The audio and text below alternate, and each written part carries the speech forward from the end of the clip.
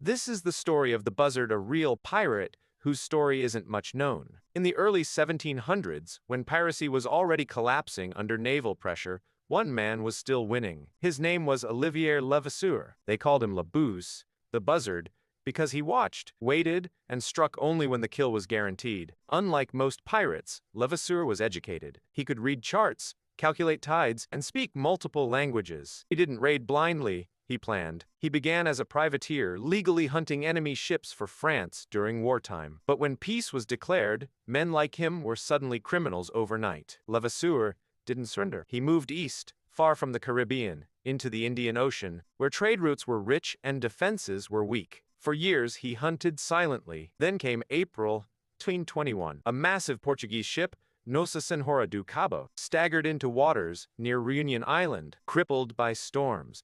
On board was treasure meant for the King of Portugal: gold, diamonds, relics, entire fortunes packed into one floating vault. Levasseur attacked. The battle barely lasted. The ship was intact. The treasure was so vast that it took days to unload. Each pirate received a share so large that none of them would ever need to steal again. Many peered forever, but Lev didn't. Instead, he vanished into legend, and when he finally reappeared, it was in chains. By 1730, piracy was being wiped out. Levasseur was betrayed, captured on Reunion Island, and sentenced to hang. The authorities demanded one thing: where is the treasure? Lure smiled. They searched his ships. They searched his hideouts. Tortured his former allies. Nothing. On the day of his execution, a crowd gathered to watch one of the last great pirates die. Levasseur climbed the gallows calmly. No begging, no prayers. Just before the rope was placed around his neck, he reached into his coat and pulled out a necklace.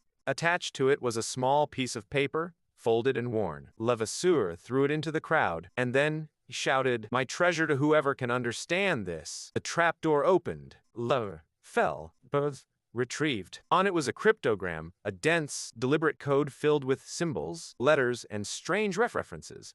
Not a map, not instructions.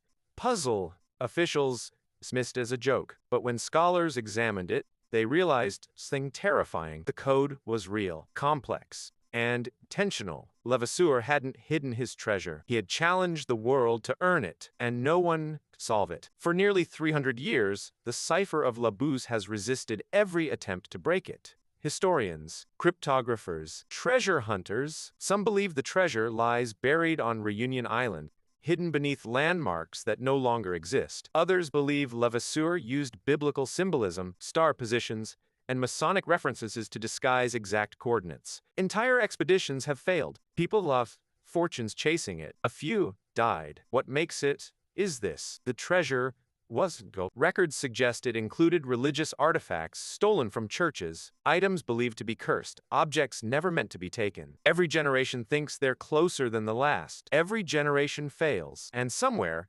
possibly just meters beneath the ground, lies one of the largest pirate treasures ever stolen, untouched since the 1700s, waiting for someone smart enough to understand.